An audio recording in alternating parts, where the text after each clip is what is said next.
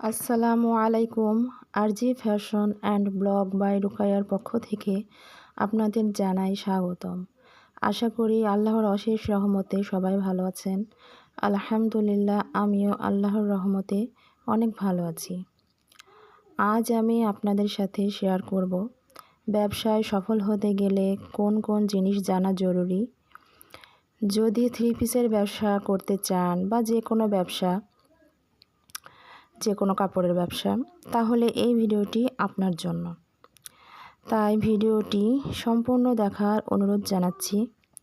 ব্যবসায় প্রথম জিনিস হলো ক্রেতা কী চায় সেটা বোঝা। কেউ ডিজাইন দেখে কিনে, কেউ কাপড়ের মান দেখে কিনে, কেউ আবার শুধু দাম দেখে। অনেকে ভুল করে নিজের পছন্দের জিনিস বেশি রাখে, কিন্তু সফল ব্যবসায়ীরা সবসময় ক্রেতার চাহিদাকে আগে রাখে। ক্রেতার কথা যত বুঝবেন, বিক্রি তত বাড়বে। আসলে ব্যবসা মানুষের মন বোঝার খেলা। দ্বিতীয় জিনিস হলো মান। দাম কম দিলে ক্রেতা আসবে একদিন, কিন্তু ভালো মান দিলে সে ক্রেতায় বারবার আসবে। অনেকেই বেশি লাভ করতে কম কোয়ালিটির কাপড় দেয়, এতে ব্যবসা দীর্ঘদিন টেকে না।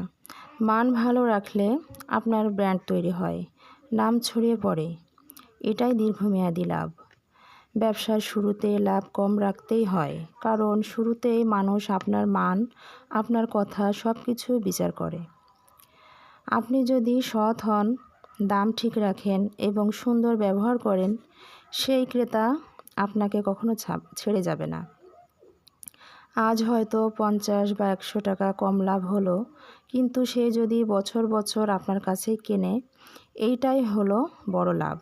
এখনকার যুগে মার্কেটিং খুব গুরুত্বপূর্ণ। শুধু দোকান বা বাসায় বসে থাকলে হবে না, নিজের কাজ, নিজের কাপড় ভিডিওতে দেখান। মানুষ যখন কাজ দেখে তখন বিশ্বাস তৈরি হয়।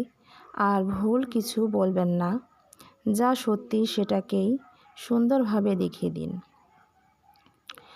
ব্যবসার আসল শক্তি হলো পুরনো ক্রেতা। নতুন ক্রেতা আনতে পরিশ্রম বেশি, কিন্তু পুরনো ক্রেতা আপনাকে ছাড়ে না।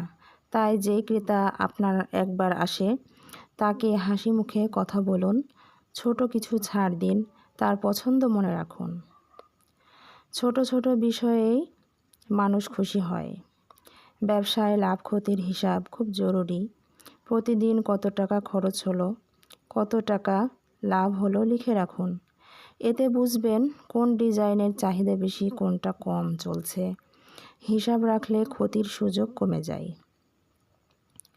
একটা কথা মনে রাখবেন, যেখান থেকে কাপড় নেন তাদের সাথে সম্পর্ক ভালো রাখবেন।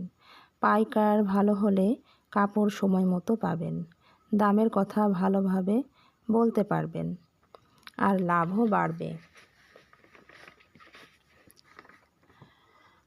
শেষে একটা কথা, নিজেকে প্রতিদিন একটু একটু উন্নতি করতে হবে। আজ যে কাটিং ডিজাইন জানেন, কাল আরেকটা নতুন ডিজাইন শিখুন। বাজারে কোন রং, কোন প্যাটার্ন ট্রেন্ডে আছে সেটাও দেখবেন। ব্যবসা বড় হয় নতুনত্ব, মান, ধৈর্য, এই তিনটা দিয়ে। তো আপুরা, যে শুধু কাপড়ের ব্যবসা করতে হবে এমন কোনো কথা না। যার যেটা অভিজ্ঞতা সেটা নিয়ে শুরু করতে পারেন, কিন্তু শুধু একটু ধৈর্য দরকার। আমিও সবসময় ভিডিও আপলোড দিতে পারি না, কারণ আমিও অনেক ব্যস্ত মানুষ। আমি অনলাইনের চেয়ে অফলাইনে কাপড় বেশি সেল করি, সেজন্য আমি ভিডিও খুব একটা করার সময় পাই না, বা ভিডিও ইউটিউবে আপলোড করার সময় পাই না। তো আজকে মনে করলাম এই জরুরি টিপসগুলো যদি আমি দিই আর কেউ যদি দেখে, তাহলে যদি উপকার পায়, তাহলে নিজেকে ধন্য মনে করব। তো পুরাই হলো আজকের ভিডিও। যদি আমার কথার মধ্যে কোনো ভুল হয়ে থাকে ক্ষমার দৃষ্টিতে দেখবেন। আর ভিডিওটি ভালো লাগলে একটি লাইক করবেন ও কমেন্ট করে জানাবেন এবং চ্যানেলটি সাবস্ক্রাইব করে পাশে থাকবেন। আজ এ পর্যন্তই। আল্লাহ হাফেজ।